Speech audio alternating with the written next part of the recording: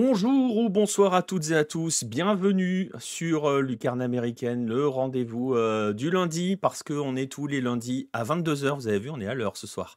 C'est rare? Non, c'est pas rare, c'est mieux, on est beaucoup plus ponctuel, on a travaillé sur la ponctualité sur les émissions.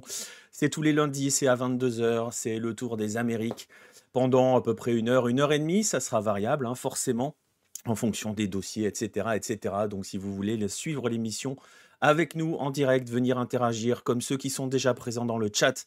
Je vais les saluer. Bonsoir Rodolphe, Nostromo, Alarami, Pierre et Red le Rouge.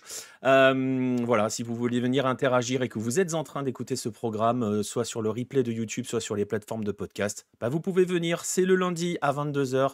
Salut à Krimer aussi qui vient d'arriver.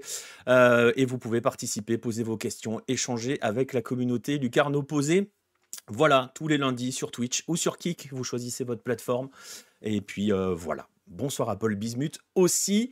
Et donc voilà, on est lundi, on est à l'heure, on est prêt pour une nouvelle session de football sud-américain. Vous allez voir, une actualité quand même assez riche ce soir, avec des choses qui vont forcément, qui méritent forcément qui méritent de s'attarder. Voilà, c'est le mot que je cherchais. Comment est découpée l'émission? Comme d'habitude, dans un premier temps, on va commencer par quelques news de la semaine. Il va y avoir un petit retour. Je vous l'avais promis la semaine dernière. On va faire les suites de l'affaire Atlético Nacional Junior. On va en parler forcément un petit peu des suites. Ça devrait aller assez vite. Après, on passera du temps sur l'affaire du moment en Amérique du Sud. La fameuse affaire qui fait parler aussi sur notre Discord. N'hésitez pas d'ailleurs à y venir si vous voulez participer. La fameuse affaire Suarez-Bielsa. Et voilà, on va en parler. On va détailler pour ceux qui n'ont pas tout suivi parce que, voilà, forcément, parce que tout n'a pas été non plus complètement dit dans la presse française. Donc tout le monde ne parle pas forcément espagnol pour maîtriser tout ça. Donc on va s'attarder, revenir là-dessus, voir ce qui a été dit. Et puis finalement se poser la question de savoir s'il y a vraiment une polémique dans cette histoire ou si on n'en fait pas un peu des caisses. Voilà, il y a peut-être un élément de réponse dans, dans le fait que je pose la question. Ça sera les news de la semaine. On en profitera pour parler un petit peu des éliminatoires sud-américains qui vont avoir lieu cette semaine. Et ensuite, on passera au dossier. Le dossier de la semaine est assez lourd, entre guillemets, dans le sens, la thématique est assez lourde, puisqu'on va parler de paris sportifs en Amérique du Sud. On va surtout parler des sites de paris sportifs, plus que du paris sportif en tant que tel, même si vous allez voir que forcément il y a des conséquences.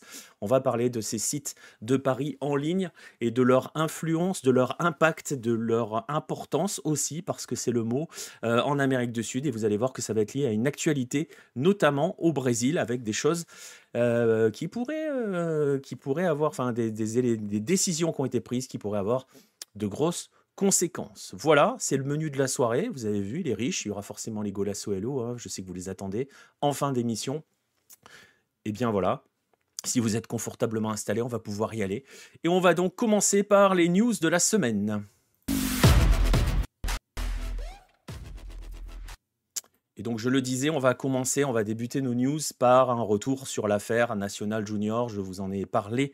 Évidemment, la semaine dernière, on s'est beaucoup attardé sur ce qui s'était passé à l'Atanasio Girardot. Je peux vous remettre les images en fond si vous avez les images devant vous. Forcément, si vous êtes en direct, vous les avez.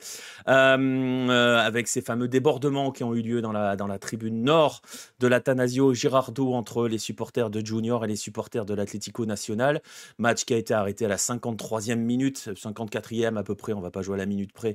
Dans le communiqué de la Dimayor, vous allez voir, je vais en parler dans un instant, ça dit 53e minute. Donc bon, le but était à la 54e, mais bon, c'est pas grave.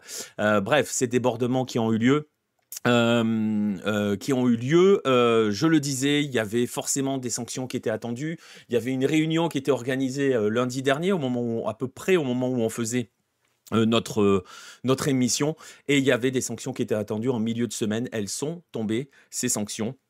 La Dimayor a rendu son verdict mercredi et dans un grand communiqué avec un gros fichier PDF. Je vous mettrai le lien si ça vous intéresse de lire tout ça, parce que en fait tout est décortiqué, tout le procès, tout ce qui s'est passé, tout le déroulé des opérations, les sanctions, les comptes rendus et tout.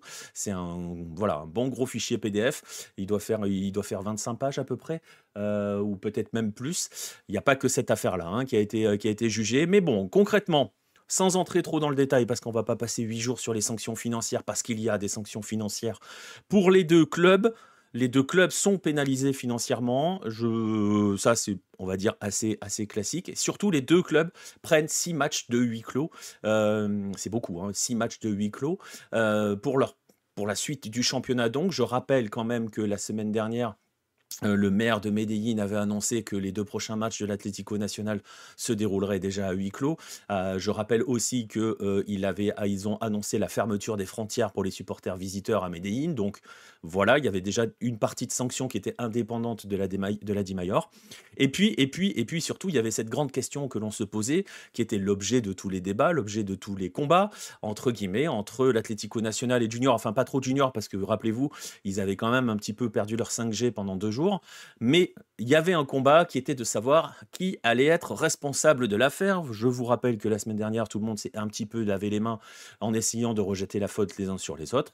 Eh bien, la DIMAYOR, elle, pour le coup, elle a tranché, elle a clairement tranché, puisque la responsabilité, elle est pour National, tout simplement, puisque c'est lui qui, en tant qu'organisateur, devait assurer la sécurité dans son stade. La conséquence, eh bien, c'est que l'Atlético Nacional a eu match perdu. L'Atlético Nacional menait 2-0 à ce moment-là. Et donc, les 3 points sont pour Junior de Barranquilla. C'est une décision importante qui fait forcément beaucoup parler. Je fais une petite parenthèse pour saluer la chicha de Sergio Mafua et César qui viennent d'arriver. Bonsoir à vous. Et donc, ça fait beaucoup parler, et ça fait forcément beaucoup parler l'Atlético Nacional. Alors, l'Atlético Nacional a réagi avec un communiqué. Je vais vous le faire passer, hein, dans les images, le communiqué. Vous n'allez pas forcément avoir besoin de tout lire. On ne va pas tout lire. Il fait 5 pages. Le communiqué de l'Atlético Nacional. En fait, concrètement, pour résumer un petit peu ce qu'il y a dans ce communiqué, ils expliquent un petit peu toute la chaîne des responsabilités dans ce qu'il s'est passé, dans la manière dont un match est organisé du point de vue de la logistique, par l'Atlético Nacional, par les pouvoirs locaux, par la police, enfin toute la coordination, tout l'ensemble de la chose. Donc ils expliquent que pour l'organisation de tels matchs, il y avait 570 unités de police, 69 personnes des services de sécurité de la ville qui étaient réquisitionnées pour le match, et eux, ils y ont adjoint 470 personnes de la logistique et 35 personnes d'une société de sécurité privée. Et en gros, ils expliquent dans cette... il n'y a pas que ça, hein, dans le communiqué, mais en grande partie, ils expliquent que, ils avaient en gros mis en place des forces qui correspondaient à une affluence de 44 000 personnes. Et en fait, il y avait 26 000, alors je peux vous donner le chiffre, 26 567 personnes précisément au stade. Et que donc, concrètement, ce qu'il faut retenir de ce qu'ils disent, c'est que ils avaient fait ce qu'il fallait en termes de sécurité. Il y a quand même des choses assez rigolotes. C'est que ils ajoutent quand même que c'est les supporters de Junior qui ont commencé, et que donc c'est pas eux qui ont initié les problèmes, que donc tu vois, il y a un côté, c'est la faute des gars de Junior.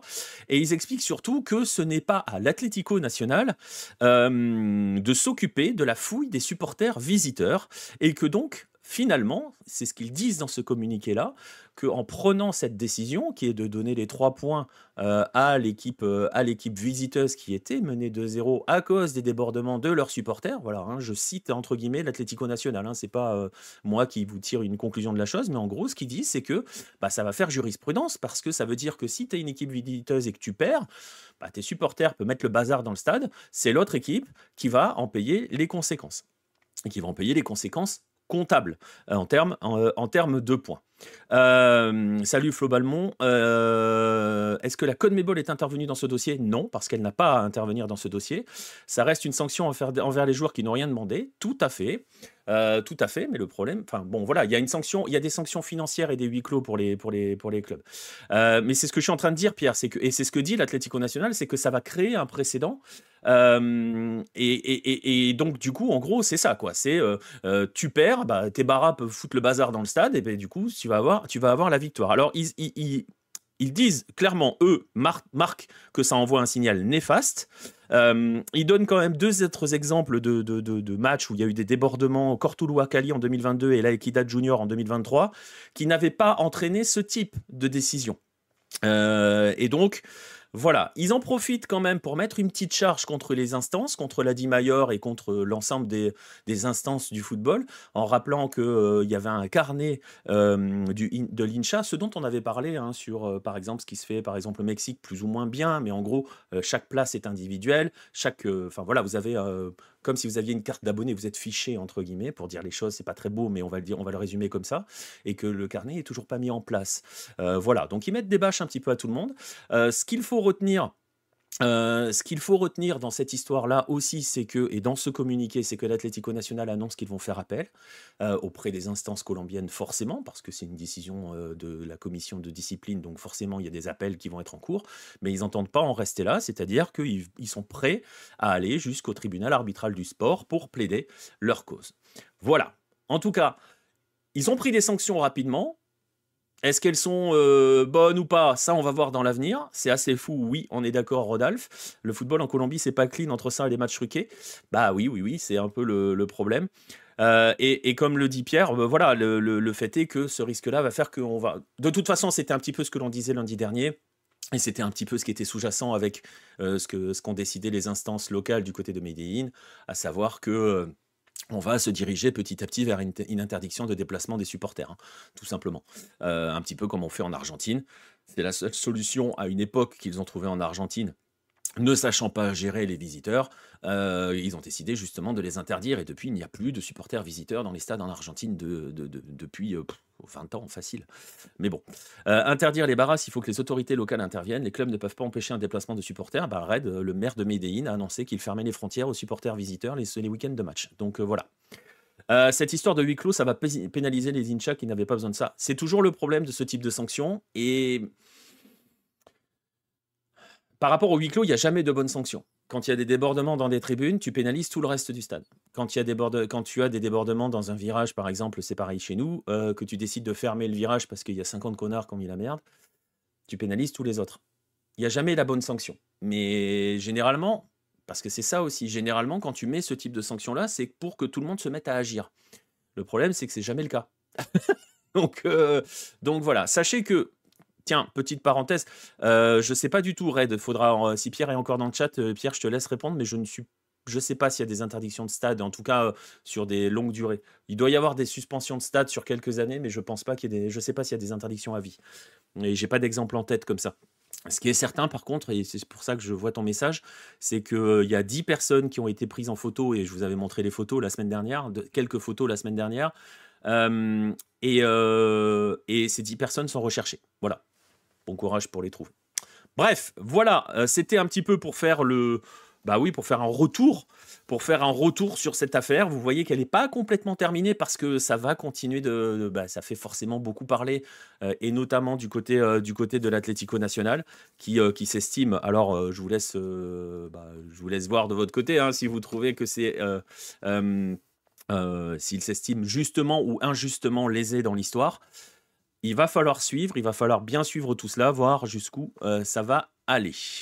Il y a des IDS et supporters de Tolima qui avaient frappé Catania, il avait pris 1 an et demi. Il y a 1 an et demi, il a été IDS. Mais il a été IDS pour avis, Pierre, ou juste sur une période? Et en fait, ça fonctionne comment, les IDS en Colombie? Tu fais comme en France? Tu vas pointer les soirs de match ou pas du tout?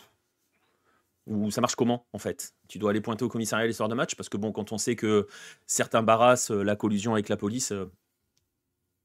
voilà, hein? Tout est dans mon petit silence qui suit. Voilà, bref, on va passer à la deuxième news de la semaine. Il y a un petit peu plus importante, on va y passer plus de temps sur cette news. Forcément, c'est la fameuse affaire Suarez-Bielsa qui est en train de secouer l'Uruguay.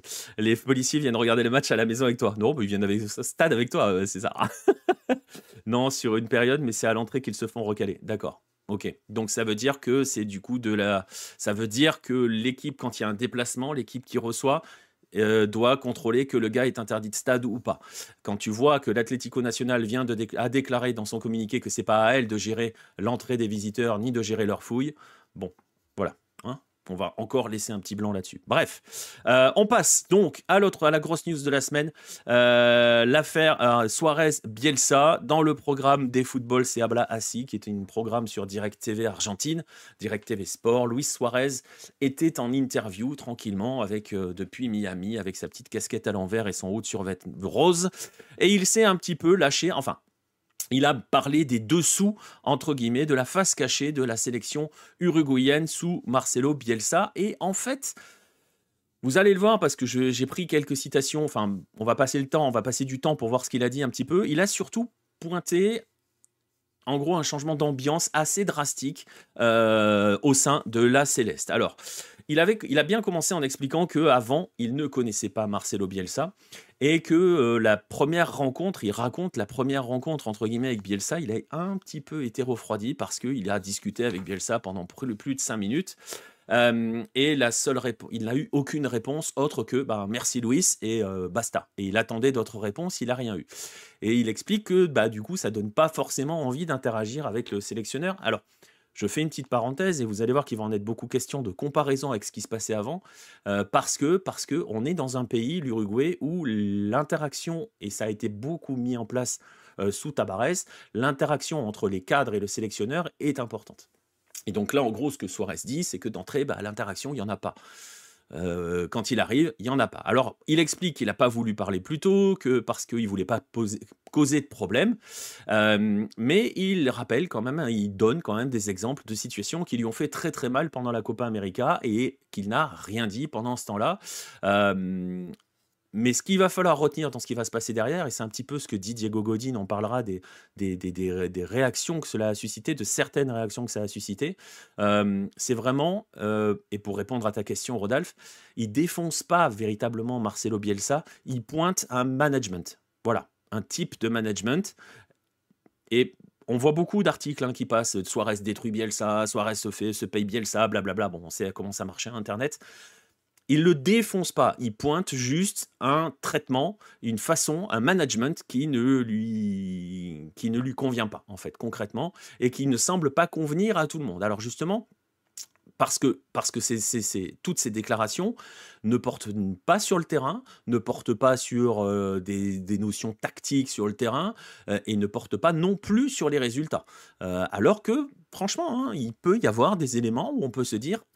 Il y a des choses à dire sur certains résultats. Le pré-olympico, par exemple, la façon dont a été gérée la Copa América avec une rotation quasiment inexistante au sein du 11 de départ, même quand c'était fait. Donc voilà, il y a des choses, il y a des éléments sur lesquels on pourrait parler, mais il ne parle pas de ça. Il parle que d'ambiance et que donc de l'ambiance qui est mise au Complejo Celeste, le Clairefontaine uruguayen. Donc il pointe notamment le traitement de certains personnels. Alors on en parle beaucoup en Uruguay, l'exemple de Edgardo Di Maio.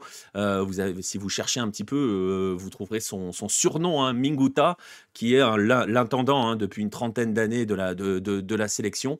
Et justement, Suarez explique que Minguta n'a plus le droit de croiser les joueurs quand ils sont dans la salle à manger, et que donc lui doit faire le tour, passer par derrière pour aller manger à part, et en gros explique que l'ensemble des personnels n'a plus le droit d'interagir avec les joueurs. Il donne d'autres exemples. Par exemple, il explique que lorsqu'il discute avec un kiné dans la cuisine, le kiné regarde partout à gauche à droite pour voir s'il ne va pas se faire gauler en train de parler avec un joueur. Donc ça met une ambiance un peu particulière. Pourquoi, Rodolphe, j'en sais rien, c'est ce qu'il explique. Voilà, c'est voulu par le coach. C'est le nouveau, comment dirais-je, la nouvelle charte de comportement dans le stade, au sein de la sélection. Donc il pointe en fait ce manque un petit peu de relations humaines. Voilà. Il y a et ça touche pas que les intendants, les kinés, machin. D'anciens joueurs, il parle par exemple du Russo Pérez, Diego Pérez, qui a joué en France notamment, qui est l'entraîneur des jeunes et qui s'est occupé un petit peu de l'équipe A', n'ont pas le droit de manger avec les joueurs de l'équipe A. Ils sont à part. Et donc il raconte que l'ambiance dans cette salle n'est plus la même, c'est plus du tout comme avant. Je vais le citer, je vais lire, je vais être précis. Cela me brisait le cœur d'entrer dans le Complejo Celeste. Les coéquipiers coéquipiers ont peur de crier, de faire du bruit ou de faire des blagues. La vérité, c'est que ce qui se passe avec l'équipe nationale me fait mal et cela m'attriste de voir le complejo dans cet état. Et il raconte aussi plusieurs exemples. Il donne plusieurs exemples. Il raconte par exemple l'anecdote du Pasillo, ce que je suis en train de vous montrer si vous avez la vidéo. Euh, il raconte, c'était vers la fin, quand les joueurs lui ont fait cette haie d'honneur. Vous le voyez, hein, vous allez le voir sur la vidéo qui a été publiée par le compte de la fédération. Et en fait, Suarez explique que Bielsa n'était pas d'accord avec cela. Je le cite, il voulait m'offrir un cadeau. L'entraîneur s'est fâché parce que cela perturbait son planning. Il avait une discussion prévue avec un autre joueur à 12h45 et ce Pasillo perturbait cette réunion. Mes coéquipiers ont fait face à cette situation et ont dit non, on veut dire au revoir à Luis. Donc voilà, donc il pointe cette question de la gestion des hommes. Il raconte par exemple, je vous laisse le Pasillo, vous voyez quelques extraits. Il raconte aussi, par exemple, alors je me suis pas amusé à regarder si Bielsa était sur la vidéo, mais je ne pense pas qu'il y soit. Justement, vous voyez qu'il y a les intendants, que voilà, il y a tout le personnel concrètement qui a déjà interagi avec lui. Et il prend des exemples dans la gestion humaine sur certains hommes. Il raconte comment Darwin Núñez, à la mi-temps en Argentine, s'est fait méchamment bousculer par Bielsa et qu'au moment de sortir du vestiaire, il pleurait. Il avait les larmes aux yeux. Il raconte qu'il a été, lui, Luis Suarez, le voir et voilà, le réconforter un petit peu, voilà, s'occuper de lui. Darwin Núñez marque en seconde période et bon, Suarez raconte un échange avec Bielsa qui lui dit, tu vois, Bielsa lui dit, tu vois, j'ai bien fait de le bouger. Et Suarez lui dit, ouais, mais c'est un garçon qui a besoin qu'on le supporte, qu'on l'aime. Voilà. Bref. Et il raconte aussi une autre affaire, et une affaire que l'on avait vue pendant la Copa América. Moi, je me souviens que j'en avais parlé de cette histoire. C'est l'affaire Agustín Canobio. Canobio, il y a une image qui a beaucoup tourné lors du match face au Canada. C'est quand Canobio se rend compte qu'il ne jouera pas ce match-là, qu'il n'entrera pas en jeu.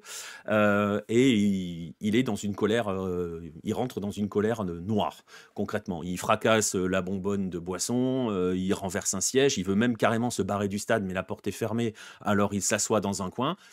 Il est dans une colère noire. Et en fait, Suarez raconte que, et c'est ce que tu disais, Rudy, c'est que, en fait, il raconte qu'Agustín Canobio était appelé pour les entraînements juste pour faire des passes aux autres, en gros pour servir de sparring partner, juste pour rendre les ballons. Généralement, c'est ce qu'on fait faire aux jeunes, aux vraiment jeunes, pour leur dire, viens avec les pros, voilà. Et voilà, on parle d'un joueur de 26 ans et qui était dans une colère, voilà. Et donc, on voit l'accumulation et on comprend sa colère noire. Donc voilà, il parle de tout cela. Et on se souvient que Canobio avait été interrogé par la presse uruguayenne à la fin du match, en zone mixte. Et on lui avait demandé, c'était une journaliste, lui avait demandé à la fin, qu'est-ce qui t'a mis en colère, quoi. Et il lui avait répondu, tu sais très bien, et tu sais aussi très bien que c'est pas le résultat. Voilà. Sous-entendu, vous savez ce qui se passe. Donc voilà. Et donc, il raconte cette absence de relation entre les joueurs et Marcelo Bielsa. Cette distance, il parle d'un groupe qui a été isolé, qui est isolé du reste et isolé aussi de ses supporters. Et là, c'est assez intéressant parce que Luis Suarez pointe aussi le double discours de Marcelo Bielsa. Pareil, je vais vous le citer. Je vais d'abord vous montrer à quel point la césure avec le groupe, elle était assez compliquée. Il explique par exemple que de nombreux joueurs ont organisé une réunion pour aller demander à l'entraîneur d'au moins leur dire bonjour. Et il ne l'a même pas fait. Et il dit derrière, Bielsa fait des conférences dans lesquelles il donne des conférences de presse, dans lesquelles il dit des choses merveilleuses sur les gens. Il parle notamment de la conférence de presse qu'il avait donnée à New York.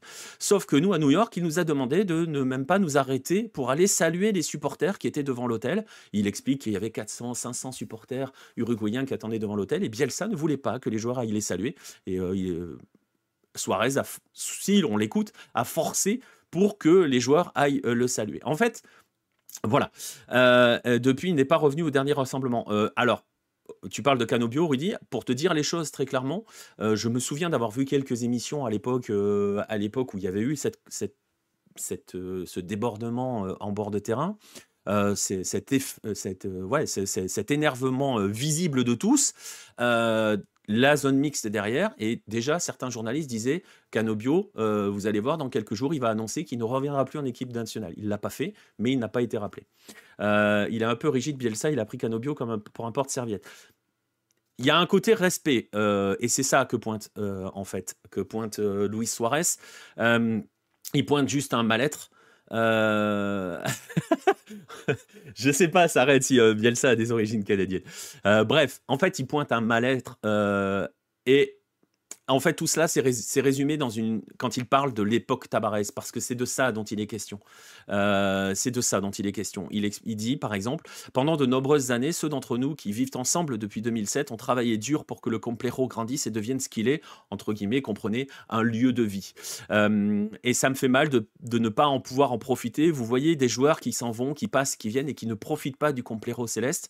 Dans leurs équipes, ils s'amusent ici et ils sourient, mais quand ils viennent en équipe nationale, il ne sourit plus, il ne s'amuse pas. Ce que vit l'équipe nationale me fait mal. Il y a des coéquipiers qui ne le diront pas, mais c'est compréhensible. Et donc, voilà. Ce qu'il explique, c'est cette sensation de mal-être qu'il y a au sein de la sélection. Et en gros, pour dire les choses très clairement, parce que c'est des choses que l'on dit parfois de Bielsa dans ses premières années, et souvent sur le côté discipline militaire au sein de l'équipe. Et voilà, c'est un petit peu un choc des cultures, concrètement, qu'il est en train de pointer. Donc c'est pour ça que dire des polémiques, dire Suarez flingue Bielsa, voilà. Parce que, comme tu le dis, Rudy, au niveau des résultats, il n'y a pas vraiment de gros échecs, à part le pré-olympico. Et d'ailleurs, Suarez ne parle pas des résultats. Il ne parle jamais des résultats. Je rappelle que l'Uruguay était dans les principaux candidats à gagner la dernière Copa América. Ils ont fini 3e. Ils ont été l'une des équipes qui jouait le mieux dans la phase de groupe. C'est une des équipes qui joue le mieux. Donc, il ne parle jamais du terrain. Il ne parle jamais de ce qui se passe sur le terrain. Il ne parle pas des choix du sélectionneur, parce qu'il pourrait. Il pointe juste cette espèce de... ce choc des cultures qu'il est en train de vivre et cette façon, ce comportement qui est finalement assez bielsiste. Enfin, c'est Bielsa, généralement. Je ne sais pas si c'est bielsiste, mais c'est Bielsa. Voilà, qui n'a pas l'air de fonctionner. C'est pour ça que Bielsa, c'est bien au début, mais souvent après, ça se complique. C'est peut-être une des raisons, effectivement. Suarez pointe quand même des responsabilités. Il en pointe deux. Il pointe Jorge Giordano, qui est le responsable des sélections en Uruguay, et forcément Ignacio Alonso, le président de la fédération uruguayenne.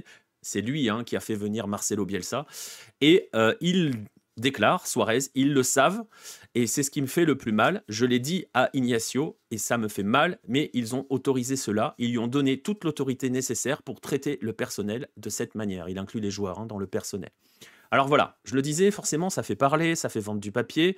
D'ailleurs, regardez, on en parle aussi.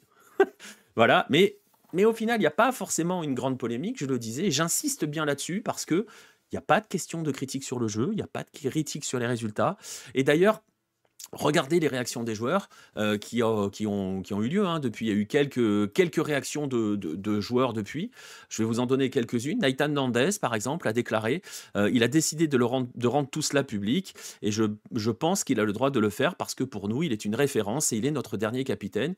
Nous ne savions pas qu'il allait en parler. Ce n'est pas à nous de donner le feu vert de quoi que ce soit pour Luis Suarez. Je pense que nous sommes assez grands pour dire ce que nous pensons. Luis l'a fait, il a le droit. C'est très bien. Mais Nandez ajoute, nous sommes ici et maintenant et nous allons en parler. Nous verrons les choses qui n'ont pas été bien faites ou ce qui peut être mieux fait au jour le jour, parce que nous voulons tous que l'équipe nationale aille bien. Beaucoup de choses ont été dites par Suarez, des choses qui sont vraies, d'autres qui ne le sont pas. On va en parler et ensuite nous verrons. Donc voilà, ça c'est ce que dit Nathan Nandez. En gros, on va se dire les choses, comme dirait l'autre, ce qui est possible aussi. Federico Valverde a aussi parlé. Il a dit il y a des choses qui sont vraies. Il n'y a pas besoin de nier quoi que ce soit, pardon. En cela, il faut toujours être sincère, mais il est également vrai qu'il est préférable de parler des problèmes au sein de l'équipe avec la personne à qui l'on doit s'adresser. Sous-entendu, il faudrait en parler avec Bielsa. Et Sergio Rochet, qui est l'un des autres cadres de cette sélection, dit il a pris la décision de s'exprimer, il a tout à fait le droit. Tout ce que je peux faire, c'est qu'il a raconté des choses qui se sont passées. Donc vous voyez, personne ne tombe sur Suarez au sein de la section. Tout ce que je peux dire, c'est donc qu'il a raconté des choses qui se sont passées. Il a pris cette décision. En ce qui me concerne, j'essaierai d'éclaircir les choses qui se sont produites, en particulier lors de la Copa América, de les résoudre et de rendre l'atmosphère plus agréable à l'entraînement pour l'entraînement et le travail. Et il explique en fait que, en gros, je vais pas vous lire toute la déclaration de Rothschild parce qu'elle est quand même assez longue. Mais en gros, ce qu'il dit, c'est que ce qui serait bien, c'est que l'on en parle entre nous et que ça, en gros, ce qui est dans le vestiaire ne doit pas sortir du vestiaire. Voilà, c'est ce qu'il dit derrière. Pour moi, ces choses se règlent entre nous, entre les murs, mais il ne va rien ajouter là-dessus. Bref, voilà en gros tout ce que ça a entraîné. Il y a quand même quelques anciens qui sont sortis du bois hein, par rapport aux déclarations de Luis Suarez. L'ancien entraîneur des gardiens qui a démarré sous Marcelo Bielsa, enfin qui était conservé sous Marcelo Bielsa. Carlos Nicola qui est parti. Alors, pareil, hein, lui raconte par exemple comment s'est fait son départ de la sélection. En gros, il explique qu'au départ, il a signé il avait un essai, une mise à l'essai de 3 mois qui s'est transformé en contrat jusqu'en 2025, je crois, si j'ai bonne mémoire. Et ensuite, il explique que Bielsa l'a fait venir dans son bureau une fois pour lui dire qu'en fait, il allait changer le contrat et faire en gros des espèces de CDD de 3 mois et on fera le bilan tous les 3 mois. Voilà. Moyen hein, comme management, bon bref, et justement, il parle, lui, de ce management, il pointe que ça, hein, quasiment, et toujours l'ombre de Tabarès, il explique, à l'époque du maestro, beaucoup de choses ont été construites autour de l'humain, de la personne, en mettant l'accent sur ce point. Tous les joueurs qui font aujourd'hui partie de l'équipe nationale sont passés par le processus du maestro Tabarès, qui se concentrait sur l'éducation des valeurs, le respect et l'attention envers l'humain et ensuite, une fois ces valeurs mises en place, la formation des joueurs de football. Avec Diego Alonso, cela s'est poursuivi, mais aujourd'hui, c'est l'inverse, c'est passé au second plan, il n'y a plus d'intérêt pour l'humain, l'accent est mis uniquement sur le joueur et non sur la personne. Et pour vous dire, hein, par rapport au résultat, Carlos Nicola a dit « Il y a des choses que nous voyons tous, l'Uruguay joue bien, les équipes de Bielsa parlent pour lui en termes de nombre de choses que l'on voit sur le terrain, c'est ce que retient l'opinion publique aujourd'hui. » Voilà. Diego, donc on est vraiment dans ce choc, hein, vraiment ce choc de culture, je l'appelle comme ça, mais je sais, enfin voilà, ce mode de fonctionnement qui n'est plus le même. Est-ce qu'il est adapté ou pas à l'Uruguay? On n'en sait rien. Il y a beaucoup de débats. Je ne vous citerai pas Chilavert parce que on va pas se mentir, mais 90% du temps, Chilavert dit de la merde. Donc voilà, donc là, dès qu'il peut dézinguer quelqu'un, il se jette là-dessus. Donc lui, pour le coup, s'amuse à dézinguer Bielsa. Voilà. Connaissant. Ça va sûrement poser des questions à Bielsa, on va en parler dans un instant. Et donc voilà. Et Godin, pareil, appuie. Et Godin appuie en disant ce qu'il faut bien comprendre, c'est que Suarez ne remet pas en question la façon dont Bielsa s'entraîne ou anime le groupe, enfin organise le groupe sur le terrain. Il se fait juste le porte-parole pour que les gens puissent s'amuser ensemble. Alors, il parle beaucoup de cohabitation, de vivre ensemble, de la notion de groupe. Et voilà. Et Godin dit aussi, nous étions habitués au maestro Tabarez. Aujourd'hui, les choses ont changé. Nous avons travaillé avec Tabarez pendant 15 ans. Nous avions des codes sur la façon de nous traiter entre nous, comment traiter les employés, les cuisiniers, les assistants. Et c'est ça qui a changé. Voilà. Ce sont les qualités humaines de Bielsa qui sont entre guillemets remises en cause. J'ai envie de te dire plus que les qualités humaines, tu vois ce que je vais pas aller trop loin là-dedans. Je te dirais que ce qui est remis en question, c'est son management en fait. Voilà, c'est la façon dont il gère ses hommes. Vraiment, là je parle de l'homme en termes d'humain. Et c'est vrai que dans cette sélection qui a été bâtie autour du fameux processo Tabarez, autour de cette notion d'éducation, de vivre ensemble, d'entretien des cadres, etc., on se souvient quand même hein, qu'au départ, Suarez n'était pas convoqué par Bielsa. On se souvient qu'il avait sorti 2-3 phrases et que ça s'était pas forcément bien passé. Donc voilà. Bon, il y a quand même quelqu'un qui démonte Luis Suarez. Elle s'appelle Mahir Jakimchuk. Elle est l'ancienne kiné de National, époque où Suarez était à National, qui a tweeté, qui a partagé sur ses réseaux sociaux un long texte dans lequel elle dit notamment « Aujourd'hui, l'hypocrisie me dépasse. Luis, n'oublie pas que lorsque tu es arrivé à National, nous avions tous l'ordre de ne pas te saluer, de ne pas te regarder, de ne pas te demander de photos. Personne ne l'a dit, je l'ai vécu. Montrons toujours les deux côtés d'une médaille, être, ne pas paraître, sinon nous serons toujours de simples hypocrites. » Bon, tacle appuyé, hein. Maintenant, difficile de démêler, on va pas entrer trop dans le détail, mais bon, bref. Tout ça pour dire que on va pas se mentir. Peut-être pour ça que ça s'est fini pour Cavani. En fait, c'est aussi cela qui est pointé. C'est, tu vois, par exemple, On en parlait à l'époque, hein, de Suarez. Je vous renvoie vers un article de Lucarno Posé, une conférence de presse absolument lunaire de Marcelo Bielsa dans laquelle il défonce les journalistes qui ont rien demandé ce jour-là. De toute façon, Marcelo Bielsa s'amuse régulièrement à défoncer les journalistes. Pour le coup, on va dire les choses, il dit des choses, et on l'a déjà dit, hein, il dit des choses purement scandaleuses quand il parle des journalistes. On en avait parlé notamment lors de sa sortie, lors de la Copa América après les débordements d'Uruguay-Colombie, où il avait aussi défoncé des journalistes qui n'avaient rien demandé. Donc il est scandaleux sur certains propos par rapport aux journalistes, mais on ne va pas entrer dans le détail là-dedans. Il va pas y avoir forcément beaucoup de troubles, hein, on va pas se mentir. On va forcément suivre les prochaines conférences de presse, comme tu le dis.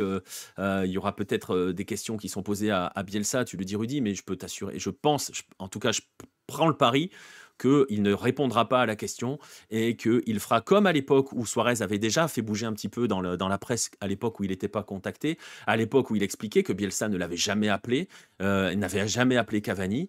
Cavani n'a jamais été appelé par Bielsa, si l'on en croit les propos de Suarez, et Cavani n'a jamais été rappelé en sélection tout court. Mais il les a même pas appelés, il n'a pas appelé les cadres. Et c'est vrai que ça, par rapport au fonctionnement de Tabarès, donc voilà. Bref, on peut, à l'époque, les journalistes avaient branché Bielsa sur le fait de pourquoi t'appelles pas les anciens, machin bidule, et il avait fait toute une diatribe sur quand on ne sait pas quoi analyser, on fait des polémiques, voilà. Donc, à mon avis, on aura droit à ça. C'est toujours le traditionnel foulard rouge pour qu'on aille regarder ailleurs. On va quand même surveiller la communication de la fédération. La seule chose que l'on sait jusqu'ici, c'est que Jorge Giordano, lui, a nié plus ou moins, pas de manière encore totalement officielle, mais il était en interview où il présentait un livre. Il a nié l'ambiance pesante au complet Céleste. Et que ce que l'on sait, c'est que pour cette prochaine séquence d'éliminatoire, il n'y a que 5 joueurs qui sont autorisés à parler à la presse. Je vais vous les citer: Nahitan Nandes, Sergio Rochet, Rosemar Jiménez, Nico de la Cruz et Fede Valverde. Voilà, voilà ce qu'on a à peu près sur cette affaire Suarez-Bielsa. Affaire, hein, c'est un grand mot, vous avez bien compris. Il faut aller interroger le gars qui est là depuis 30 ans, le fameux Minguta. Je ne suis pas sûr qu'il parle. D'ailleurs, Suarez dit qu'il ne parlera pas parce qu'il tient son poche. Je vous mets sa photo, en tout cas, on parle beaucoup de lui en Uruguay. C'est devenu la célébrité du moment parce que ça symbolise aussi certaines choses. À se demander si Bielsa n'est pas un spécialiste du diviser pour mieux régner. L'une des questions, et c'est terrible Nostromo, tu vas me faire citer Chilavert. Chilavert explique que c'est pour cela que Bielsa ne dirige jamais de grandes équipes et qu'il dirige toujours des jeunes parce qu'il peut les défoncer comme ça. Voilà, bref. Les supporters sont forcément divisés parce que on sait comment marche le monde de nos jours. Si t'es en fait, t'es soi-disant t'es toujours dans un camp de nos jours. Soit t'es pro Bielsa, soit t'es anti Bielsa. Tu peux pas être l'un ou l'autre. Enfin, tu peux pas être entre les deux. Tu peux pas dire, ben non, ça c'est bien, ça c'est pas bien, ça machin. Le fait est que bon, pour l'instant, même si lui déteste ça, Bielsa, mais pour l'instant les résultats ça va. Personne ne s'est trop plaint au-delà de ça.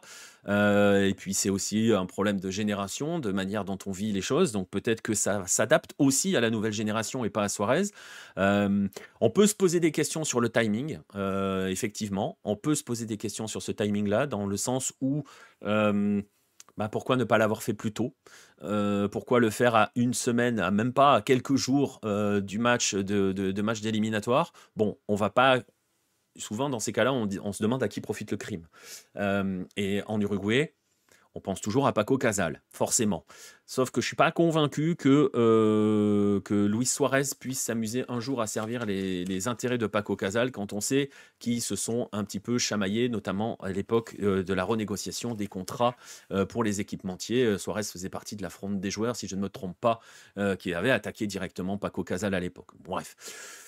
Donc voilà en gros concrètement ce qu'il faut dire. Le timing est pas bon, non. C'est vrai que franchement il aurait pu faire ça au lendemain de la Copa América. Oui et non, parce qu'on s'imagine que s'il le fait au lendemain de la Copa América, son jubilé il l'a pas, parce qu'il n'aurait jamais été rappelé. Donc peut-être qu'il a attendu d'être rappelé, ce qui correspondait à la dernière session d'éliminatoire. Et voilà, il aurait peut-être dû en profiter à ce moment-là, après le deuxième match des éliminatoires, je ne sais pas. Bref, le timing est jamais bon. Par contre, je ne suis pas convaincu qu'on puisse accuser Suarez de défendre certains intérêts, ou pas, on verra, hein, l'avenir nous le dira. Mais bon, on va pas se mentir, et ce sera la conclusion. Voilà l'affaire du moment. Est-ce que ça générera des polémiques intenses? Je ne pense pas. Ça risque d'être vite botté en touche. Est-ce que ça va impacter l'Uruguay? Ça, c'est une autre question. Et ça, c'est l'art de la transition. On va le savoir, on va le voir cette semaine. Parce que cette semaine, c'est la 9e journée des éliminatoires sud-américains. On va en profiter juste pour en parler parce que ça sera en milieu de semaine et parce qu'on fera un live. Alors, on va faire un petit point rapide sur les éliminatoires. Je vous mets les 2 derniers matchs n'étaient pas ouf déjà. Non, mais bon, on va voir, on va voir. Après, c'était compliqué. C'était des matchs de reprise, de post, de début de saison pour beaucoup de joueurs. On verra, on verra. On va en parler du calendrier dans un instant. On va en parler dans un instant. Je vous montre le classement des éliminatoires sud-américains. Vous voyez que ça va hein, pour l'Uruguay. Ils sont tranquilles. Pour l'instant, ils sont plutôt tranquilles. Une seule défaite de concédée. Et surtout, donc on peut vraiment voir un trio qui s'est dégagé, l'Argentine et la Colombie et l'Uruguay. Bizarrement, c'est le trio de la Copa América aussi. Ce trio qui se tient en 3 points, 18 pour l'Argentine, 16 pour la Colombie, 15 pour l'Uruguay, avec un petit trou qui a été creusé hein, derrière, avec les poursuivants que sont Équateur, Brésil, Venezuela, Paraguay, Bolivie, c'est là se tiennent en 2 points. Le Brésil est dans une situation très délicate, tout comme le Chili et le Pérou qui jouent leur survie. On va regarder le programme de cette semaine dans les éliminatoires. La Colombie ouvrira la session en se rendant en Bolivie. Match qui peut être important aussi pour la Bolivie pour venir mettre la pression. Vous voyez, l'Argentine est au Venezuela. L'Équateur accueille le Paraguay. Le Paraguay de son ancien sélectionneur. Effectivement, Al-Arami, ne pas oublier que sans la pénalité de 3 points, l'Équateur serait dans le groupe de tête. Et c'est aussi l'occasion de rappeler que l'essentiel du travail a été réalisé jusqu'ici par Félix Sanchez et qu'il a été viré parce qu'il a été éliminé par l'Argentine au tir au but à la Copa América et qu'il ne doit pas être leader des éliminatoires. Je ne sais pas pourquoi. Bref, pour d'autres intérêts. Mais ça, c'est un autre débat. Équateur-Paraguay. Ensuite, Chili-Brésil. Match... dernière chance hein, pour le Chili. Chili qui ensuite ira en Colombie. Hein, donc bon courage aux Chiliens qui ont moyen de faire 0 sur cette session, sur cette fecha FIFA. Et ensuite, la dernière match de la 9e journée des éliminatoires. Pérou-Uruguay. L'Uruguay se rend au Pérou, oui. Fecha 9, 9e journée, ça veut dire qu'on sera à mi-course de ces éliminatoires à la fin de la semaine. Ça sera donc jeudi. Et on va tout de suite en profiter, c'est pour ça que je voulais en parler aussi, pour se donner rendez-vous. On va se donner rendez-vous pour un live. Probablement, on prendra l'antenne pour le Bolivie-Colombie qui est à 22h heure française. C'est vrai que j'ai pas mis les bonnes heures, j'ai laissé les heures de là-bas. Bolivie-Colombie, c'est 22h. Venezuela-Argentine et Équateur-Paraguay, c'est 23h. Chili-Brésil, c'est à 2h. Et Pérou-Uruguay à 3h30. Voilà, il y a moyen qu'on fasse un live jusqu'à la fin de Chili-Brésil. On va voir, au moins les 3 premiers matchs, on les fera. Donc jeudi 22h, il y aura un live et on pourra suivre tranquillement ces éliminatoires. Et on en profitera aussi à ce moment-là pour parler, justement, pour parler de chacune de ces sélections. Parce que vous avez vu forcément les listes, je ne vais pas les détailler là, hein, sinon ça va durer 2 jours. Et on va attendre les conférences de presse des uns et des autres. C'est vendredi, Pérou, Uruguay. Ah oui, j'ai mal vu. Attends. Bien vu. Eh ben, d'accord. Ah, c'est absolument pas ce que j'avais noté, t'imagines? Un truc de fou. Ok. Effectivement, c'est dans la nuit de vendredi à samedi, donc on fera clairement pas. On fera clairement pas. C'est vrai, tu as raison, bien vu. C'est samedi à 3h30 pour nous. Merci Pierre pour la correction. J'aimerais pas être à la place de Gareca. Je pense que ça va sauter après cette fecha FIFA pour Gareca. Hein, il y a des chances. Enfin, je sais pas, ça va dépendre de son contrat et de combien il coûte, mais c'est mal barré. Et vraiment, le calendrier pour le Chili. Chili-Brésil, donc dans la nuit de jeudi à vendredi à 2h du matin. Et Colombie-Chili, mardi prochain à 22h. Autant dire qu'on a vu plus simple pour essayer de rebondir. Mais attention, parce que le Brésil, si le Brésil ne gagne pas au Chili, ça peut commencer à se compliquer. On va pas s'affoler non plus, vous avez vu, hein, je vais vous remettre une dernière fois le classement.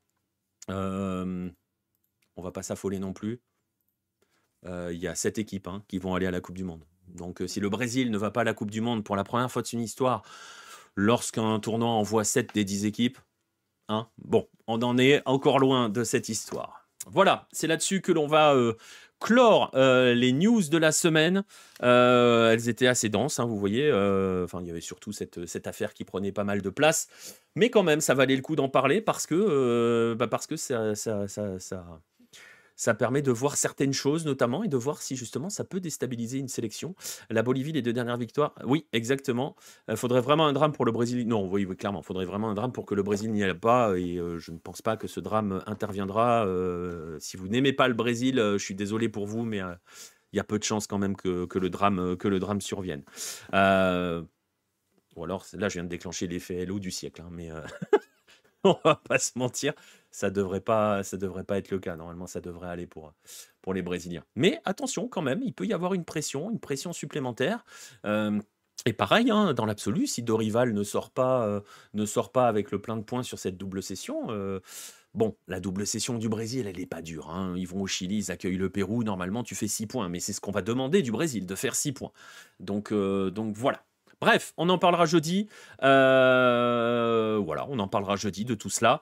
On va clore cette partie news et on va passer désormais au dossier de la semaine.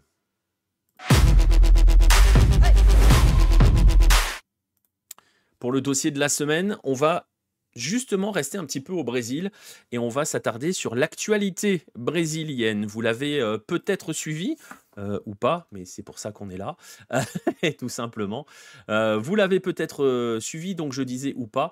Il y a une belle affaire, une grosse affaire qui est en train d'être mise en place, et notamment par le gouvernement de Lula, qui a décidé de s'attaquer au problème des paris sportifs, et notamment des sites de paris sportifs en ligne au Brésil. La réglementation des paris a été mise en place à la fin de l'année dernière au Brésil. Elle introduit un ensemble de règles pour contrôler ces plateformes de paris en ligne, dont beaucoup, et c'est le même problème chez nous, hein, sont hébergées en France. Bref, le gouvernement, donc, à travers son ministre des Finances, et donc le gouvernement de Lula, a décidé d'aller un petit peu plus vite. Vous avez vu la une qui était là, des décisions devaient être prises en octobre. Les décisions, elles sont annoncées pour le 11 octobre. À partir du 11 octobre, à la fin des enquêtes qu'ils ont menées, le gouvernement, donc, à travers son ministre des Finances, ont présenté une liste des entreprises de paris sportifs autorisés à opérer au Brésil. Il y avait plus, ce qui veut dire, en d'autres termes et de manière plus simple, en gros, ils ont annoncé qu'il y avait plus de 600 sites de paris qui allaient être bloqués parce qu'ils ne répondent pas aux exigences légales fixées par le gouvernement. Alors, je ne vais pas entrer dans le détail, et fixées par la loi. Je ne vais pas entrer dans le détail de ces lois, mais ce qu'il faut retenir de tout cela, c'est que donc à partir du 11 octobre, le 11 octobre c'est demain, hein, enfin presque, hein, c'est cette semaine, il n'y aura plus que 193 sites qui seront autorisés à exercer au Brésil, qui représentent 89 entreprises différentes. Alors, ça pourrait paraître anodin, peut-être comme ça, à première vue, mais ça a de véritables conséquences sur le football, et ça permet, c'est aussi l'objet de ce dossier, de se poser les questions. Alors, on ne va pas entrer dans le débat éthique hein, sur les paris sportifs, on en parlera un petit peu après, mais on ne va pas entrer dans ce débat-là. On va juste en parler en termes de l'importance de tous ces sites, de tous ces, on appelle ça des betteurs en argot, un petit peu en argot du milieu, de tous ces paris, de ces sites en ligne et de ces opérateurs de paris sportifs. Ça a des conséquences pour l'économie de certains clubs. Je vais vous donner des exemples au Brésil. Plusieurs clubs sont directement touchés par cette décision du gouvernement, et le club le plus important touché, c'est le Corinthians, qui a un contrat avec Esportes da Sorte, un contrat de 309 millions de reais, ça correspond environ à 52 millions d'euros, c'est pas négligeable, hein, 52 millions d'euros de contrat de sponsoring, jusqu'en 2026, qui fait en gros 17 millions par an. D'autres clubs sont touchés. Grêmio, 20 millions de reais par... Je vais vous donner les sommes en euros, comme ça on ne se perdra pas. Grêmio a un contrat jusqu'en 2026 avec 3 millions d'euros par an. Bahia, pareil, jusqu'à la fin 2025. L'Atlético Paranaense, même combat à peu près jusqu'à fin 2026. Et Ceará, qui est un club de Série B, a un contrat aussi jusqu'en 2027 pour à peu près aux alentours des 2,5 millions, 3 millions d'euros par an. D'autres clubs sont touchés. Juventude, qui est sponsorisé, comme j'ai cité un premier site de paris sportif, on va y aller. Hein. On va en citer plein, hein. Bref, Stake, qui est interdit et qui est sponsor de Juventud, BetVIP de Sport, d'Alphabet de Guarani et Reals d'Amazonas et de Coritiba.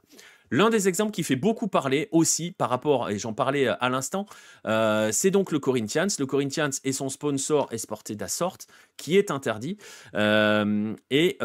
Pourquoi je vous mets une photo de Memphis Depay? Parce que ça correspond, c'est l'une des conséquences directes. Memphis Depay, vous le savez tous, joue au Corinthians. On dit le Corinthians aussi, hein, j'en profite pour rappeler ça à certains comptes Twitter avec des millions de followers. Le Corinthians, pas les Corinthians. Le Corinthians a recruté Memphis Depay. Memphis Depay touche 12 millions d'euros par an. Ce coût de transfert, enfin le coût total du transfert, c'est 12 millions d'euros pour le joueur et de son salaire, pardon. Et sur ces 12 millions, ça fait 70 millions de reais. Sur ces 70 millions de reais, il y en a 57 qui sont payés par le sponsor. Donc, si ce sponsor n'a plus le droit d'opérer au Brésil, n'a plus le droit de s'afficher sur le maillot, vous imaginez bien qu'ils vont arrêter de payer Memphis Depay. Et ça voudra dire que le Corinthians, qui a déjà plus de thunes, va devoir trouver un moyen de payer Memphis Depay, ou alors ça voudra dire on casse le contrat. Comment sont déterminés lesquels étaient interdits? Alors, franchement, il y en avait plus de 600, il n'y en a que 193 qui sont autorisés, je ne peux pas te donner toute la liste. Je pourrais la mettre en description si tu veux, si ça t'intéresse. Et sur comment ils sont déterminés, c'est par rapport à ils ont mis des enquêtes, il y a une histoire de loi. Je ne suis pas entré dans le détail, ça peut être très très compliqué. Donc voilà, il y a des règles qui ont été fixées par l'État. Il faut répondre à cette charte. Et si tu n'y réponds pas, tu dégages. Voilà, c'est un peu l'idée. C'est un petit peu l'idée. À noter que 15 des 20 clubs de Serie A ont un sponsor principal de betting. Je vais y arriver, tu vas voir. Parce que voilà, derrière cette observation, derrière cette histoire-là, derrière cette conséquences que l'on peut avoir directes sur Memphis Depay, il y a un fait, c'est ce que je soulignais en introduction de ce dossier, c'est que tout simplement, les entreprises, les opérateurs de paris sportifs ont, dans le paysage footballistique mondial, hein, il n'y a pas de... on ne se fait pas d'illusions, hein, c'est partout pareil, mais aussi et en particulier ces dernières années, et ça s'est accéléré brutalement depuis 4-5 ans, ont pris une place de plus en plus importante dans le paysage footballistique sud-américain et justement dans l'économie des clubs. Je vais vous prendre quelques exemples, et c'est particulier parce qu'on est dans une région du monde, l'Amérique du Sud, où on parie toujours, mais on a toujours parié, mais on pariait entre potes. En fait, on se faisait des petits paris sur des matchs, mais on jouait entre nous. On ne pariait pas sur des opérateurs étrangers, on ne jouait pas à des jeux d'argent concrètement. Donc on pariait entre nous. Alors après, il y avait aussi des paris un petit peu obscurs, machin. Je vous renvoie vers les fameuses séances de tir au but de Nestor Ortigosa quand il était jeune. Là, on parle d'autre chose. On est sur des choses un peu plus obscures. Bref, le modèle des opérateurs de paris sportifs qui sont souvent basés à l'étranger, ils sont omniprésents en Amérique du Sud, je le disais. Vincent vient de dire dans le chat que 15 des 20 clubs de Serie A ont un sponsor principal de betting. Vous savez quoi, on va dérouler tranquillement, hein. Je vais vous montrer quelques logos. Le championnat du Brésil s'appelle le Brasileira en Betano. Pareil, je vais en citer d'autres, comme ça ils seront tous arrosés, ils seront tous servis, ils seront tous contents. Il s'appelle le Brasileira en Betano, Betano comme le tournoi argentin qui s'appelle le tournoi Betano. La Liga péruvienne, ou la Liga colombienne. La Liga colombienne s'appelle la Liga Betplay, on parlait de Colombie un instant, donc encore un opérateur. La Liga péruvienne s'appelle Liga 1, Liga Uno Te Apuesto, qui est aussi un opérateur de paris en ligne. Et la ligue équatorienne s'appelle la Liga Pro Equabet. Alors on va s'arrêter un petit peu, on va focaliser 2 secondes sur l'Équateur parce que vous allez voir que c'est intéressant.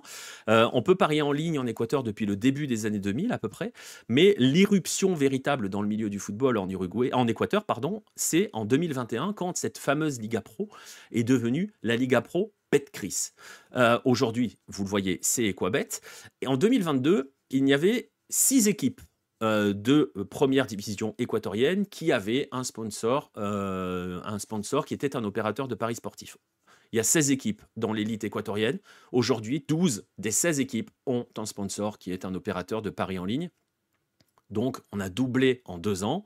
Voilà, il n'y a que 4 clubs donc qui y échappent.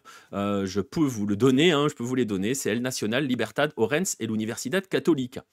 L'ironie du truc, c'est qu'en 2019, le gouvernement, les instances équatoriennes se sont justement posé la question par rapport à la réglementation de ces paris sportifs en ligne. Et il y avait vraiment eu, voilà, il y avait eu vraiment eu une campagne d'audit un petit peu. Et il y avait eu une question qui s'était posée, c'était de savoir si ces jeux étaient des jeux de hasard. Parce que ce qu'il faut savoir, c'est que en Équateur, les jeux de hasard sont interdits et ceux qui organisent des jeux de hasard risquent des peines de prison. Et donc la question à l'époque, en 2019, c'est pas vieux, hein, c'était il y a 5 ans, la question était de savoir si un pari sportif était un jeu de hasard et ils étaient arrivés, alors on va pas se poser les questions, on va pas se demander comment ils en étaient arrivés à ces conclusions-là, de définir que en fait non, ce n'était pas des jeux de hasard parce que ça mettait en place des compétences d'analyse pour pouvoir juger de ce qui allait se passer sur un résultat. Et donc, ils n'ont pas été définis comme tels, et ils ont donc eu le droit d'opérer, à partir de 2019, véritablement d'opérer de manière très légale et très frontale. Voilà, aujourd'hui, il y a 17 entreprises de paris sportifs qui sont autorisées en Équateur, il y en a 4 qui sont en cours de liquidation. Donc voilà. Ce problème, et je vois Al-Rami dans le chat qui nous dit c'est vraiment devenu un cancer ce truc, on en parlera un petit peu après, tu vas voir pourquoi, où je veux en venir dans l'histoire, c'est qu'on peut étendre à l'ensemble des pays, on peut même étendre à l'Amérique latine. Vincent vous disait que 15 des 20 clubs de Brésiliens sont sponsorisés par un opérateur de paris sportifs, la Liga MX, il y a 18 marques de paris sportifs qui sont représentées sur les maillots, au point que le gouvernement envisagerait, choisissez le temps que vous voulez, une législation pour arriver à l'interdiction d'affichage sur les maillots. Il y a quelques pays en Europe qui le font. Rappelez-vous, Stuttgart qui est allé à Bernabéu en devant enlever son sponsor qui était un opérateur de paris sportifs parce que c'est interdit. Petit chiffre comme ça, en CONMEBOL, donc en Amérique du Sud, sur la zone CONMEBOL, 38 des 64 équipes qui ont participé cette année à la Libertadores et à la Sudamericana, c'est-à-dire 59%, sont sponsorisées par un opérateur de paris sportifs. 17 des 25 équipes brésiliennes et argentines, si vous additionnez le total des Brésiliens et des Argentins, sur les 25 que ça représente, il y en a 17. Donc voilà, le pari sportif prend une place de plus en plus importante, le tout est de savoir les modérer. Ouais, mais ça pose d'autres questions, tu vas voir, je vais y venir. Tu fais ça en Colombie, tout le système est en PLS. Et oui, et oui. 2 exemples argentins, Boca et River. En juillet 2022, River a présenté son sponsor maillot que vous connaissiez peut-être pas, vous le voyez avec les maillots, vous voyez les maillots où il y a écrit Codere. Codere, c'est un opérateur de paris sportifs qui paye 3,5 millions de dollars par an. C'est 20% de plus que ce que payait l'ancien sponsor maillot qui était Turkish Airlines. Boca est passé en juin 2023 avec Betson, son nouveau maillot, son nouveau sponsor, qui a remplacé Qatar Airways, me semble-t-il, un autre bon sponsor. Bref, et dans ce cas, la marque suédoise a déboursé près de 7,5 millions de dollars avec un contrat qui se termine en décembre prochain. Alors vous allez me dire, est-ce qu'on peut résister à cela ? Oui, il y a des pays qui tentent de résister. L'Uruguay n'a pas de sponsor maillot, pas que je sache. J'ai pas regardé tous les maillots, donc on va y aller avec prudence sur l'Uruguay. En tout cas, au Chili, on a tenté. Rappelez-vous, on en avait parlé, je crois, dans un 9-10. Le ministère de la Justice avait interdit, tout simplement, et avait enjoint la Fédération nationale de football professionnel l'avait enjoint sous 30 jours de se débarrasser de ses contrats avec les sociétés de paris étrangères. À l'époque, le championnat chilien s'appelait le Campeonato Chileno Betson, qui versait 2,5 millions de dollars. Je donne les chiffres parce que vous allez voir où je veux en venir. Qui versait 2,5 millions de dollars. Le championnat est donc aujourd'hui n'est plus sponsorisé par Betson. Ils ont viré Betson, ils ont rompu le contrat, ils sont sponsorisés par une banque qui s'appelle Itao, qui verse 1,5 million de dollars. Donc 1 million de moins, presque la moitié de moins par rapport à ça. Enfin bon, 1 million de moins. Ça n'empêche quand même pas les opérateurs de paris sportifs d'être présents, puisque l'actuel leader du championnat, qui s'appelle Universidad de Chile, si vous regardez sur son maillot, vous allez voir Jugabet, qui est un opérateur. Bref, je le disais, tout le monde est touché, même les équipes nationales. 4 sélections que vous allez voir jeudi en éliminatoire sont sponsorisés par des opérateurs de paris. Et il y a des fois où c'est même encore plus drôle. On parlait de la Colombie, hein, ou l'Équateur avec Equabet, ça sponsorise également la sélection. Là où ça devient rigolo, c'est le cas de l'Argentine, championne du monde, qui a 4 sponsors qui sont des opérateurs. Je vais vous les citer: BetWarrior, BC Games, Duelbeats et VBet. Voilà, ces 4 sponsors-là sponsorisent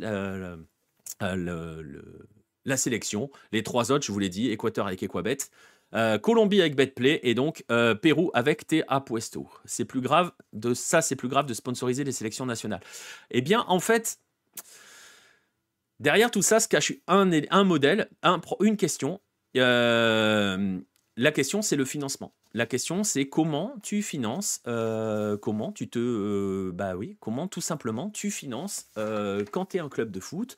Et je vais même aller plus loin, c'est aussi pour ça que je voulais en arriver là. Comment tu finances aussi tes médias.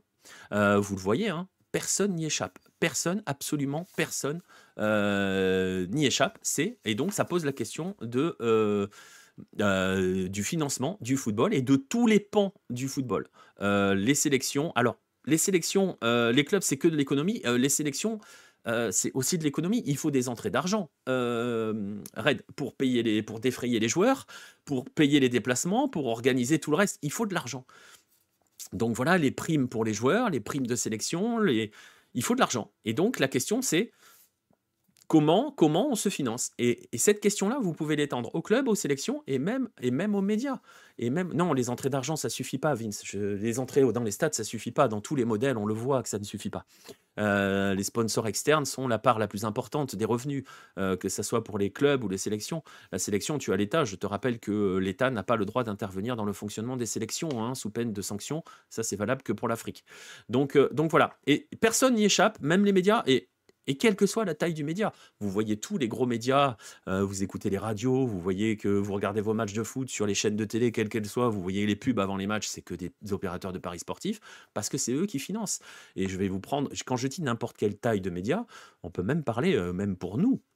Regardez-nous à Lucarne Opposée, le livre de Bielsa, là, celui-ci, il a été financé par un opérateur de paris sportifs. On a eu un contrat à un moment avec un opérateur de paris sportifs pour faire des articles, pour produire des articles, et l'argent nous a permis d'acheter les droits de traduction. Sinon, on ne le fait pas.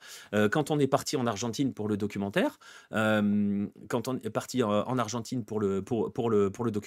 si on n'a pas l'argent d'un pari sportif, on ne peut pas le faire. Vous voyez, c'est des choses comme ça. Et donc, ils sont partout. Et donc, ça se pose cette question-là. C'est très bien de vouloir un modèle un petit peu vertueux, pas d'opérateur de paris sportifs, mais dans ces cas-là, il n'y a plus d'argent. Et donc, c'est un vrai débat. Hein. C'est vraiment un vrai débat. Le fait est que, pour l'instant, les seuls qui financent... les seuls qui financent, c'est eux. Alors, le sponsor maillot donne aussi, tu peux choisir un autre sponsor que le pari sportif.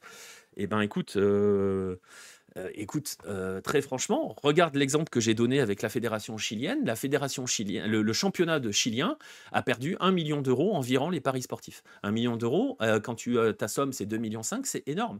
C'est énorme. Alors évidemment, je suis pas là pour défendre les paris sportifs, d'autant que on est dans des régions du monde où il y a quand même de vrais problèmes. Et pourquoi le Brésil et pourquoi le gouvernement de Lula a pris cette décision de réguler très fortement les paris sportifs. Je vais vous donner quelques chiffres. En fait, la raison qui est derrière ça, elle est 100% sociale dans le gouvernement de brésilien actuel. En fait, il y a une enquête qui a été menée par la Banque centrale brésilienne qui a révélé que rien qu'au mois d'août, 5 millions de bénéficiaires de la Bolsa Familia. Alors, la Bolsa Familia, c'est un programme social qui est destiné à aider contre la pauvreté. En fait, ça donne des aides qui sont conditionnés à des devoirs d'éducation, etc., etc. Enfin, plusieurs, il y a des obligations. Et en gros, c'est une sorte de revenu minimum qui est au minimum de 600 reais. Voilà. En gros, hein, on va faire ça comme ça. En fait, ils se sont aperçus que 5 millions de bénéficiaires de la Bolsa Familia avaient dépensé près de 3 milliards de reais, soit plus de 500 millions d'euros dans les paris sportifs. Et ils ont mesuré ça à travers une plateforme de paiement rapide qui s'appelle Pix. Ce montant, donc, pour le gouvernement, et à raison, Ouais, c'est un peu ça, Nostromo. Sauf que c'est un peu, un équivalent de minima sociaux. En fait, c'est une aide pour les plus pauvres qui est, conditionnée à différentes obligations et notamment des obligations d'éducation. Donc, voilà, c'est une aide pour les plus démunis, une aide conditionnée comme on dit, voilà, il y a pas d'autre mot. Et donc en fait, ils se sont aperçus que, en gros, bah, pour être tout à fait, franc sur la chose, c'est que ça veut dire que l'argent qui est donné par rapport à la Bolsa Familia, alors c'est pas cet argent qui va directement, vous avez bien compris, on va pas faire ces raccourcis rapides, mais c'est un détournement des ressources en fait. Et ça impacte les familles qui sont les plus démunies et qui vont du coup rester les plus démunies et les plus vulnérables. Pour vous donner une idée, selon une étude de l'Association nationale des jeux de loterie, le marché des paris sportifs devrait générer 150 milliards de reais en 2024, croissance accélérée et donc forcément avec un impact sur la santé financière de la population. C'est toujours les plus démunis qui parient, forcément. On va même, enfin voilà, c'est toujours les plus démunis. Alors, on va pas entrer dans la question du pourquoi, comment. Il y a ces notions d'addiction au jeu qui peuvent être là-dessus. Donc, il y a un vrai problème social qui est posé par tout cela. Et c'est aussi pour cela que la décision est prise par le gouvernement brésilien d'interdire certains sites. D'autant que, comme le dit Vince, il y a aussi des sites un peu obscurs où tu récupères pas ta thune. Donc voilà. Euh, donc voilà. Après, c'est un peu hypocrite car ici, il y a plein de gens qui jouent au Tigrinho. Et ça marche très bien. Oui, mais c'est parce que souvent les mêmes opérateurs de paris en ligne ont aussi ces affaires de roulettes en ligne. Ça englobe des jeux d'argent en fait. C'est pas aussi simple, Red. On leur donne pas de l'argent pour parier, c'est comme partout, hein. C'est-à-dire que tu as le droit de vivre aussi. Et ça en fait partie. Donc voilà. Bref, qu'est-ce que je voulais dire? Il y a ces éléments sociaux.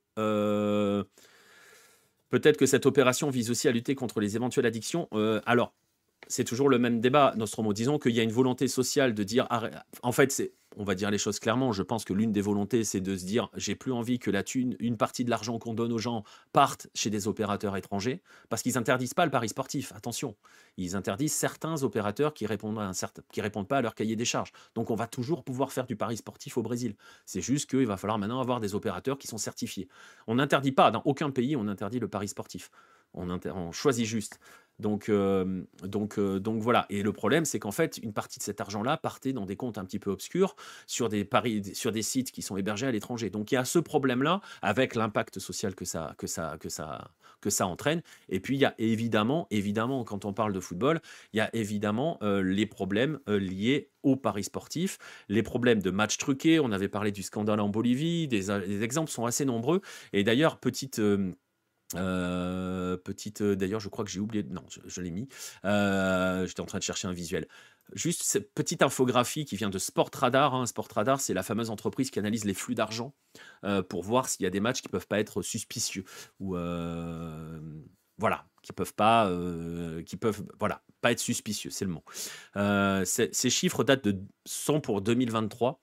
Les chiffres en rouge, ce sont le nombre de matchs sur lesquels il y a des soupçons de fraude. Il y a 217 matchs qui sont concernés en Amérique du Sud, 109 rien que pour le Brésil. Le Brésil est le deuxième et le pays le plus impacté au monde par les matchs truqués, loin devant la Tchéquie. Il faudra dire à Sportradar qu'on ne dit plus République tchèque, mais qu'on dit Tchéquie. Et 94 de ces matchs, de ces 109 matchs, concernent des matchs de championnat d'État. Sachez que, on va juste pour terminer sur cette partie match truqué, qui est un des éléments aussi, hein, un match sur 160 joués dans le monde est suspicieux. C'est la conclusion de Sportradar. Je vous mettrai le lien vers le rapport. Vous le verrez, il est plus complet que ça. C'est bien analysé et tout. Voilà. Alors forcément, il y a des impacts. En Équateur, je parlais beaucoup de l'Équateur qui est sponsorisé. Le championnat est sponsorisé par des paris sportifs. Bon, on a eu des sanctions qui ont été prises notamment contre deux joueurs de Libertad qui ont prétendument reçu de l'argent pour manipuler des matchs. Le club a pris 4 points pour démarrer le tournoi. Et l'un des joueurs, Milton Bolaños, que je vais vous montrer en photo, Milton Bolaños est suspendu pour 2 ans. Il a fait appel. Et depuis, la Liga Pro a réformé son code d'éthique. Les joueurs n'ont plus le droit de participer à des pronos ou à des paris sportifs. Mais Bon, les matchs truqués, on les empêchera pas, si on en, enfin voilà, on pourra pas les empêcher, tant que, il y a d'autres éléments. C'est pas le fait qu'il y ait des sites de paris sportifs, qui existent sur les pays ou qu'il y ait des sponsors maillots qui font que, il va y avoir des matchs truqués. C'est d'autres éléments. Sport Radar, c'est la partie visible de l'iceberg. Oui, oui, oui, bien sûr, bien sûr. Bien sûr, on est d'accord, mais de toute façon, c'est difficile. Et puis, on parle juste de matchs qui lèvent des soupçons, pas de matchs qui sont profondément truqués, tu vois. Bref, ce que je veux dire derrière, et on va rester en Équateur un instant, c'est qu'il y a un autre souci qui est posé par les paris sportifs et par les opérateurs de paris sportifs. Et c'est aussi pour cela qu'il est important pour chacun des pays de les réguler, notamment en Amérique du Sud.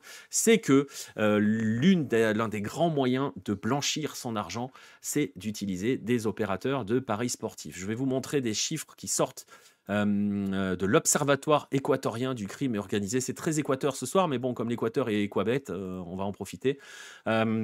Je vous mettrai, si ça vous intéresse ces choses-là, le rapport est passionnant. Il faut lire l'espagnol. Je vous mettrai le lien aussi.